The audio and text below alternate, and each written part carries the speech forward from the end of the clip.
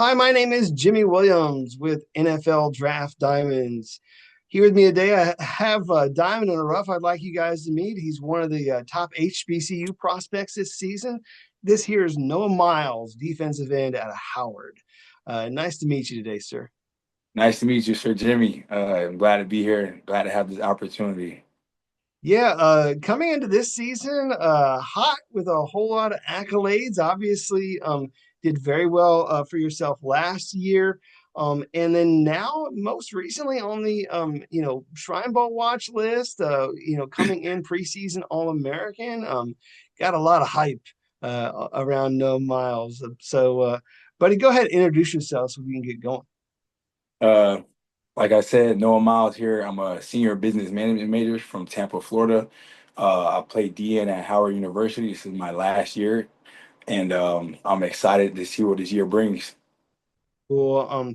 I think Howard's going to bring a whole lot this year, so we'll get to talking about that here in a little bit. But kind of walk through. I kind of just want to walk through the early stages of you as a football player. Um, how long have you played football? Let's start with that. I believe I started like halfway through Little League, so like my eighth grade year. I played that spring, and then towards that summer, I had transitioned to high school. Um, a little bit about me. My parents didn't want me to play football. I'm the youngest of 10. I have eight older brothers. I have one older sister. And my mother was just really worried about me getting hurt and injuring myself. My father didn't really believe that I wanted to do it. He gave me like these whole bunch of tasks, like on paper to give it to him. And I was like, yo, that's ridiculous, dog. I just want to play football.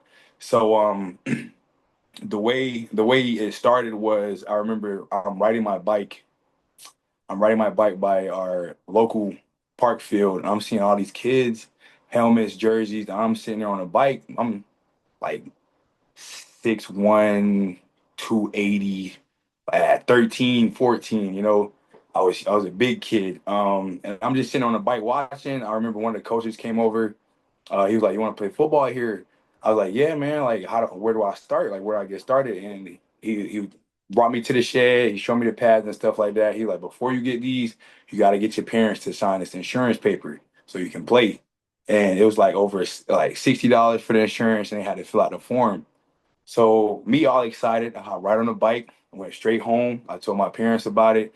My dad kind of chuckled a little bit. He's like, "You got $60?" I said, "No." And I went to my mom. My mom was worried. She was like, "I don't know if I want you to play. I actually kind of want you to play soccer, if anything."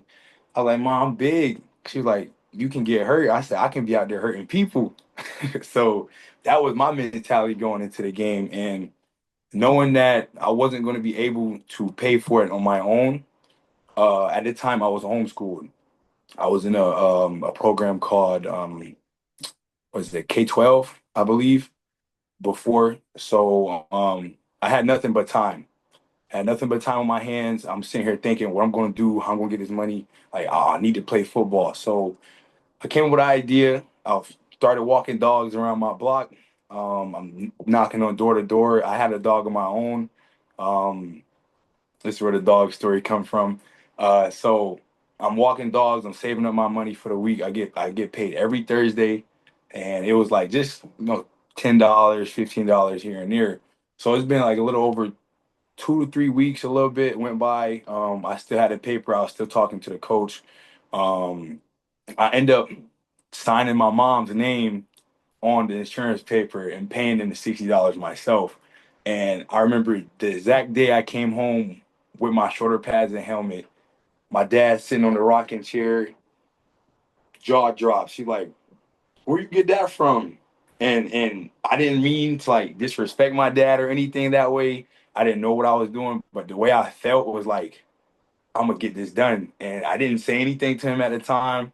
I was just holding my helmets and my pads and my cleats, and I just walked past him. Like I went to my room, and then every day they saw me leave the house with me already dressed in uniform. I walked to the field dressed in my uniform, and then the Hmm. field was like 3 to 4 blocks away. So that's where my journey started, and then I graduated up to high school. Um, I didn't really know what was I doing, like where I was going with it, and how like the team was going to treat me when I first went. Uh, I know I went and talked to the GM for football, I believe. One of my freshman year, I said I want to play football, dog. Like I'm big. I love a game. I don't know why I love a game, but I love a game because I seen it on TV and I see myself playing. So he sat me down. Same thing with insurance. Had to do that. Had to do that and pay. And my parents, they finally like noticed my like inspiration with the sport, and they started believing me slowly, slowly, slowly. So my first year, I played D tackle as a freshman. I played D tackle at Middleton. I didn't really play too many games, but I never started either. But I didn't like there was a couple of guys like the ones that that were going D1 before you. So like some of the games that we were getting You're dogged still out young. on, I get it. yeah, yeah. Some of the games we were getting dogged out on, you get a little plays here and there, and I took those opportunities, and I definitely like took a step up and seeing and showing the coaches that hey, I can play at this level, right? And as the coaches trusted and believed in me, by my sophomore year, I became a leader on the team, but they had switched me to right tackle. I wasn't playing defense no more. Yeah, I was playing offensive line. Uh, what about to say? I was playing offensive line my sophomore year. Um, it's my first time playing online, thinking about what I'm going to do. Like I was just playing D tackle. I know the plays on the defense. Now I'm going to offense. I'm doing pass sets. I'm run blocking. You know, I'm pulling, and it's all crazy to me. But I'm still loving the game while I'm doing this because this is shows like I can express myself as like growing up. The house is always filled with boys. It was always people around. It was always family around, and I always had somebody to look up to. As I got older, leaving one by one, and then when I was homeschooled, I felt that emptiness. I felt that emptiness. Like my siblings are gone. It's just me and my parents here, and I feel like I can lose my mind. So I had to get out and do something. And football showed me a family with like outside of my family, which Right. meant so much to me because like I can call my teammate my brother. I can call him my brother. So I know he trusts and believes in the program. I can believe that he got my back. That's how I got my back. I can believe he can look out for me when I'm outside. So that's how I took it as. And ever since then, I'm a big family person. So ever since then, I stuck with it. I love it. I've been loving it. And I believe after my junior year, no, after my sophomore year, when COVID hit, we had a crazy, like tragic moment. One of our players that was coming in at Middleton, my sophomore year, he had ended up passing during summer workouts. We were on the field doing 110s. We had a water break afterwards. We were doing the ladder drill, all of us in a line. He went before me. I went after him. I'm in a line. I'm getting water. He's behind me. All I hear is a drop. Right. I heard a drop on the ground. I turn around. I heard him call coach over. He's foaming out the mouth. He's throwing up. We turn him to the side. Ambulance come. They come pick him off the field and stuff like that and bring him to the hospital. Later on that day, we got a message saying that he had passed in the hospital. And I see it as like, dang, nothing in this life is guaranteed. Every opportunity you have is not going to be like the outcome you wanted, but if it's an opportunity for you to take the next step forward, take it because it's not given to everyone. You know, I see as I'm looking at him, I see myself right there. I was like, what if that was me? I love the game. He loved the game. Incoming freshman, he never played sports. Incoming freshman showed up every day. He was even outworking some of the seniors, Jimmy. He was really out there pushing himself. So I'm seeing it as everything is not guaranteed. Just head down, work, and be grateful for the opportunities you have because you might Gotcha. not be able to get them. I mean, certainly something there to help motivate you early on. I mean, sad set of circumstances, but of course, like you said, I mean, you got to, I guess be thankful for, what you're given, because it could be taken away from you just like that. Hmm. I kind of want to speed up a little bit through our time here so I can Okay. get after all of our questions here. So you grow up in Tampa, you end up finding your way to Howard, which I'm trying to think, how does a guy from Florida end up in DC? Um, Also thinking, you were talking a little bit there, like you playing offensive line, which obviously I don't see you as an offensive lineman. Maybe a tight end. I mean, I could have eventually seen you play tight end, Mhm. but certainly excelled the most on the defensive side of the ball. So get us to Howard, man. How'd you end up there, and what's so special about that university for you? So when I transferred from Middleton to Jefferson, we had a short season. We had a roughly like 10 games, I believe, for football. Afterwards, I'm talking to my head coach. That's like, and nobody's really at school. Nobody's coming at school, so no scouts are coming to school to check you out or anything like that. I'm talking to him. I'm like, Coach, this is my last year. I need to go somewhere. I don't care where. I just need to go somewhere. I know I need to continue the journey in playing football. And as I'm doing like my other sports, which the track and field, as I'm throwing and putting my stuff together, our track coach, he coached at another school, but he taught at our school. So he did football with another high school, and he came to our high school to teach and do track and field during the spring. So me and him was chatting it up for a little bit. We put a couple of tapes together, and he sent it out to some coaches that he knew. And I believe Coach Vernon Hargraves, our old D line coach, when he was here, yeah, he had talked to me. He had put me on the phone. I talked to him. Real wholesome dudes. Um, and believe it or not, they're part of the same fraternity. So yeah, that's really what brought me that connection and brought me up here to Howard. So I took a visit up here. Um, I seen what it was. I seen how Howard was. I didn't even know Howard was a university at the time. So I was like, it's COVID.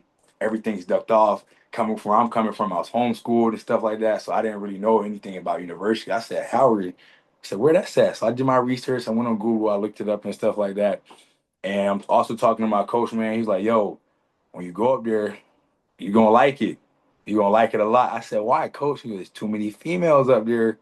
And you gotta stay focused, which he wasn't lying, Jimmy. You do gotta stay focused because it's a whole bunch of distractions up here. You on your own, you're a male, you play football, you got the height, you got this, you got a car, you got a dog. The girls, it's like a magnet to them. But you always gotta keep the main thing, right? I didn't come up here to fool around.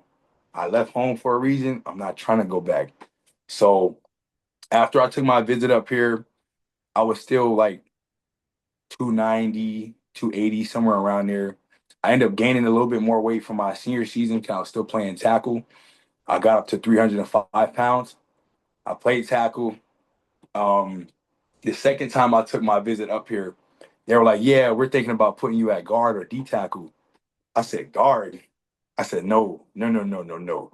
So after that, I went home 3 days. I'm talking about early mornings, football workouts with the team, after workout. I lost 77 pounds in 3 months, Jimmy.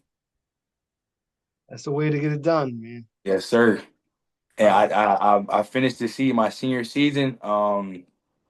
Also, I did transfer to Hillsborough to my senior season because they had better connections with Howard. Lindsey Lamar, he also was a running back, a great running back at Hillsborough. I was about to say Hillsborough University, but at Hillsborough High School, Right. they won a championship when he was there as well. So I just felt like it was better connections going to that school. And as I progressed and as I showed progress in my body and my strength and my speed, um, it just gave me the confidence to like come into college. Like, yeah, I'm going to do great things at Howard.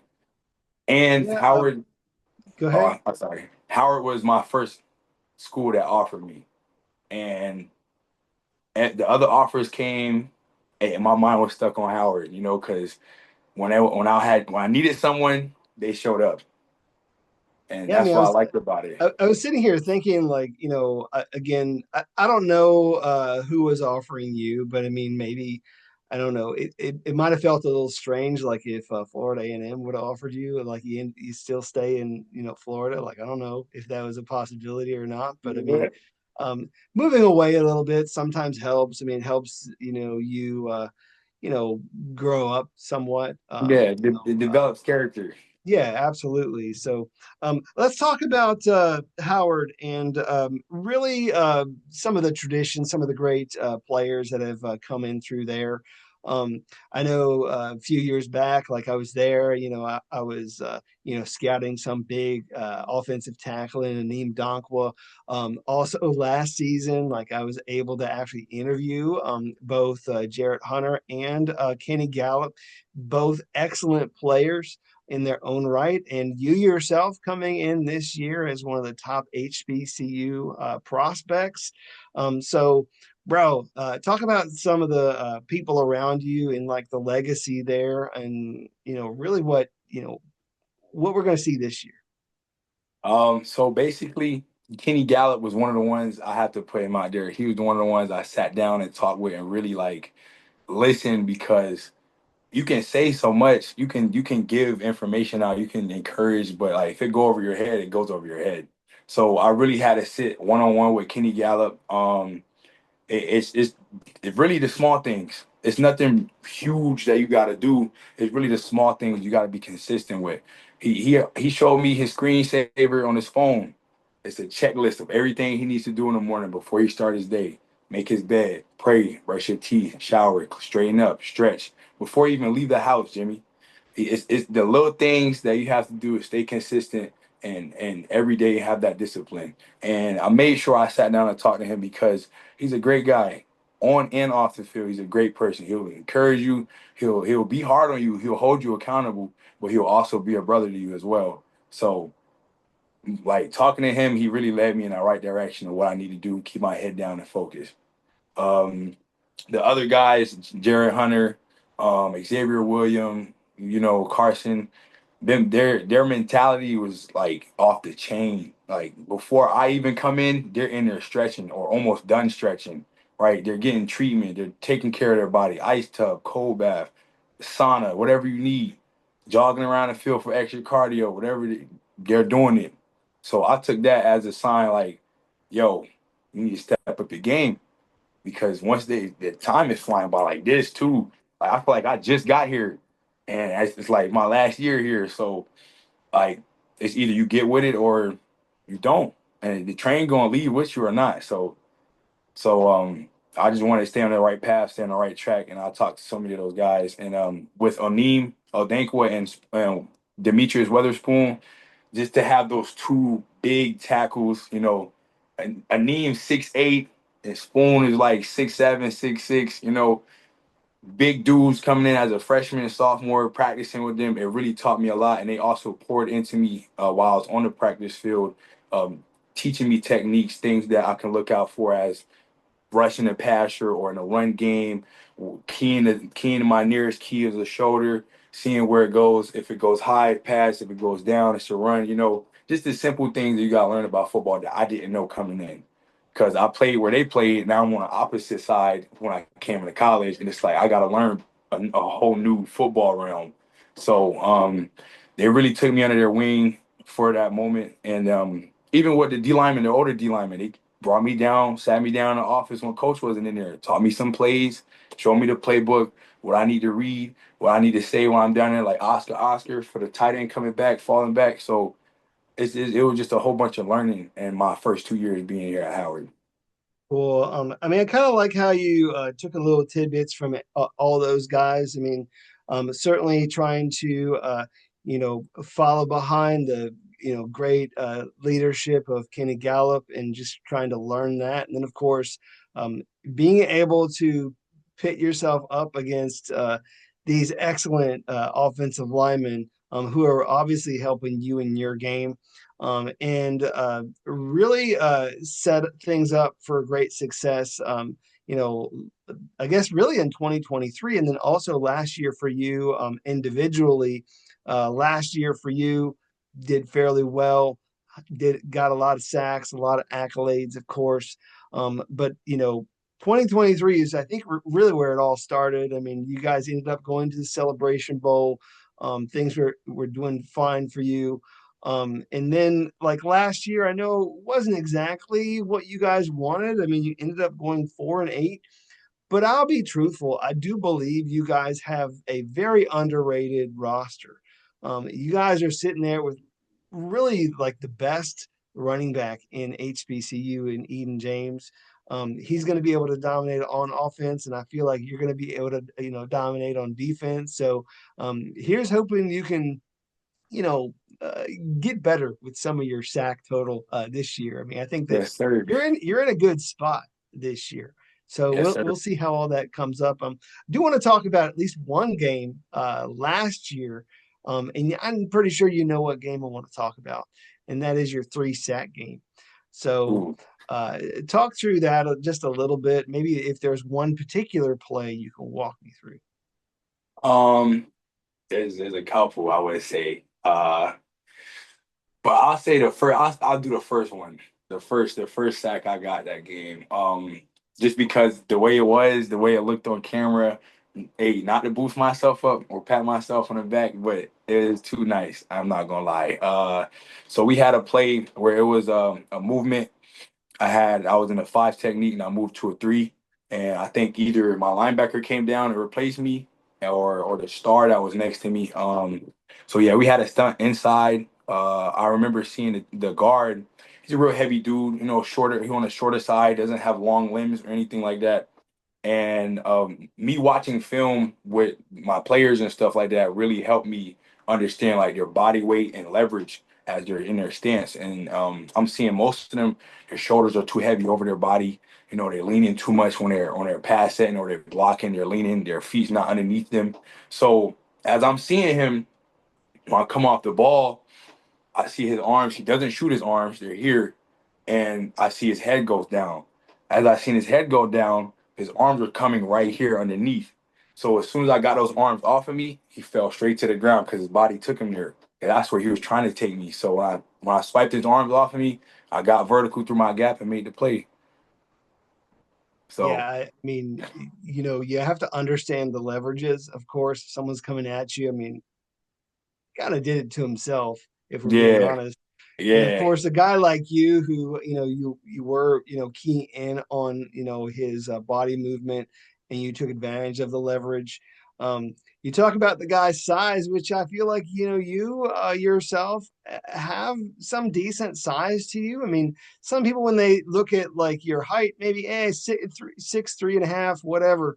Dude, you got some great length to you, which I know scouts Mhm. really enjoy. I mean, got in my notes, 82 3/4 inch wing, almost 34-inch arm. So, I mean, able to really utilize that and really be very effective getting in the backfield, utilizing your length, getting a push, you know, Mhm. um, getting in the backfield. So, of course, made things easy for you there at, Yeah. Morehouse College. But I mean, here's hoping you'll get more. What was it last year? 7.5 sacks?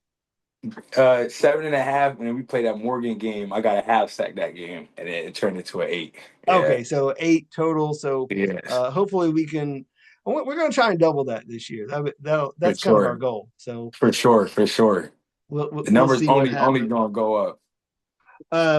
Want to kind of really just kind of step off the football field a little bit, see if there's anything else we need to learn here about Noah Miles, other than the fact that he is a very dominant defensive lineman, defensive end, edge rusher. I know they, move you around a little bit. So, I mean, I'm just trying to cover all the bases there, but Mhm. want to get a chance to meet you. So, give us some fun facts about yourself, some of your hobbies or something. Tell me something about you. I would say one of my hobbies that I do enjoy every time I take a break from football or I step away from football is cars. And it's not like it's fast cars, it's more like working on them. So my brother, he lives in Atlanta, which he has his own business company. He's a blue collar man. It's called Johnny Mechanics. Look him up. He's mobile. Every break I get down there, I go down there. I work on my car with him, or I travel with him to go work on customer cars. I'm always learning. And this past month, or this past May, on my way down to Atlanta when we got out of school, my engine blown. I blew my motor, stuck on the highway. I called my brother, I called my dad. I was furious. I was like, there's no way that I just got this car in 2 years and my motor's already blown. Right. So they're telling me calm down and stuff like that. I get a tow truck, I get off the highway. I end up having to rent a U-Haul, a 10-footer and a trailer. I put the car on the trailer. I got a picture of it too. I put the car on the trailer. I drove the U-Haul down there.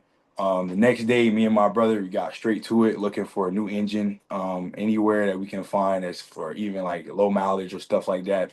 So I ended up buying one for like 3,400. It got shipped the next day or like a couple of days. Me and my brother went and picked it up, put it in the car, drove it back, took the old engine out and put a new one in there, cranked it up. Hey, I tell you one thing. I couldn't hug my brother tight enough. I'm not gonna lie, Jimmy, because the car I got is already my dream car. It's already my dream car. I got a shell. I got a four-cylinder Mustang. It just looks nice. I like it because it looks beautiful, right? So it's not fast either. But to learn those things, to learn new structures and how everything falls back into place, my brother taught me working on cars is like a puzzle. You got to know when you take something off, you got to put it back the right way. Because if you don't, something's going to happen. Something's going to happen. So just learning that realm of being like a man, actually, I enjoy that. Okay, so Noah Miles, technician on and off the field. So I like that one. Let me ask you a couple quick questions. Want to get after this. Obviously, you had mentioned you'd come from a big family, but these other questions, they got nothing to do with football. So, I mean, obviously, you're surrounded by all your siblings. Favorite board game or card game that maybe you guys played together? Ah, it gotta be Candy. Is it Candy Island? I believe. Candyland? Candyland, Candyland, that's what it is. Yes, I believe yes. That was one of the ones in Connect Four. Connect Four was the ones for us as well. Like everybody would be gathered around the table. My mom would be in there as well. My mom was like the top dog. Nobody could beat her for real because she knew all the strategies and stuff like that. So it was just very entertaining to watch. Like see, like, hey, my older brother, he can go for it. Try and beat mom and end up losing towards the end anyway. So it was just like one of our family competitions that we had. Cool.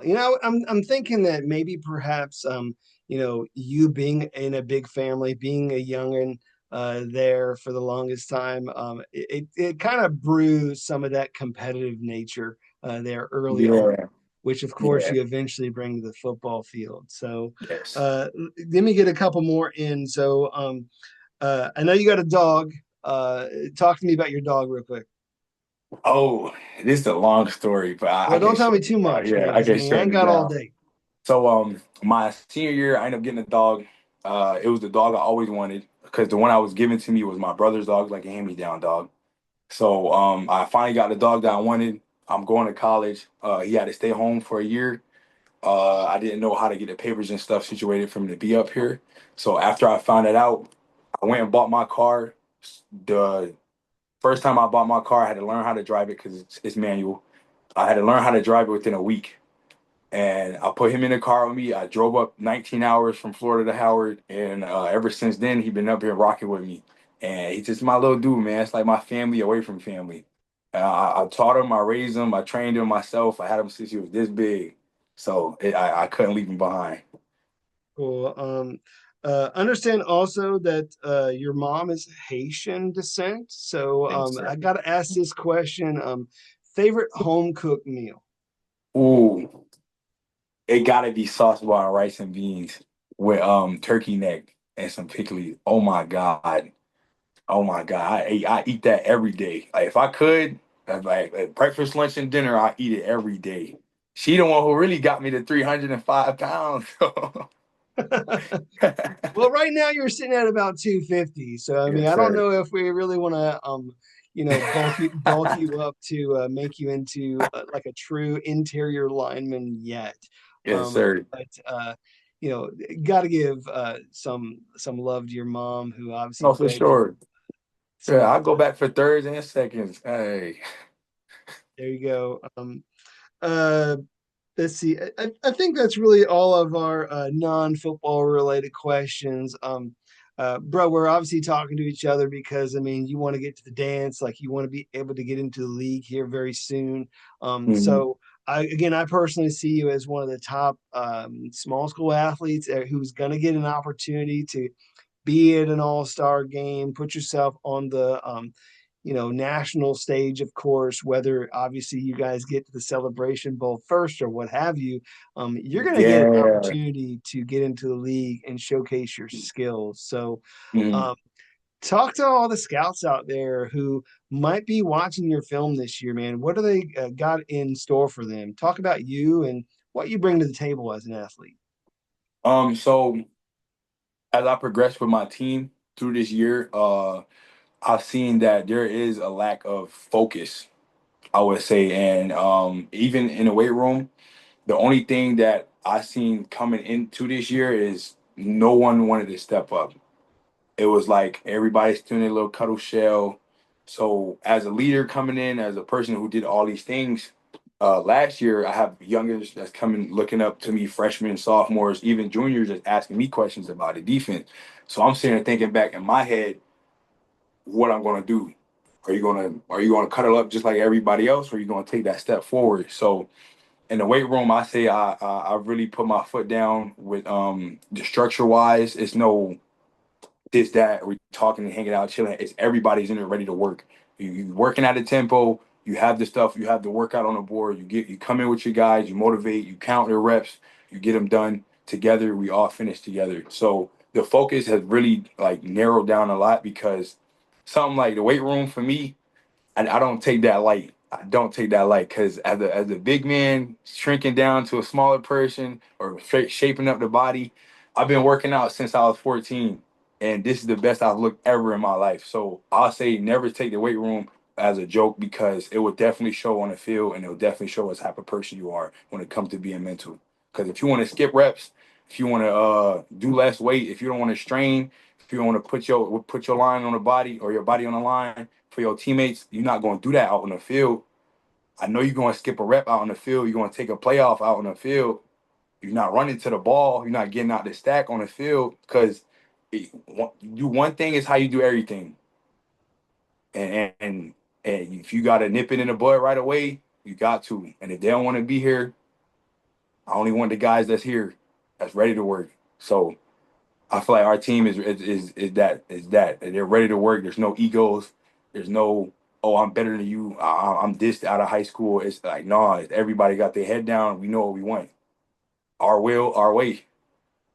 Yeah, hey, I mean, you talked about it there a little bit. No pain, no gain. You've put in a whole lot of off-season time, bettering yourself, positioning yourself, which and again, I'm trying to speak this thing into existence where you guys are going to end up winning, HBCU championship.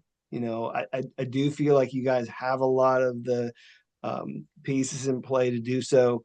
And then, of course, after all that is said and done, you yourself, you're going to put yourself in a position to, be seen by the league, get your opportunity, maybe even get yourself drafted out of Howard, which would be really nice. So as you proceed through this year and beyond, bro, just kind of want to wish you all the best success. All right.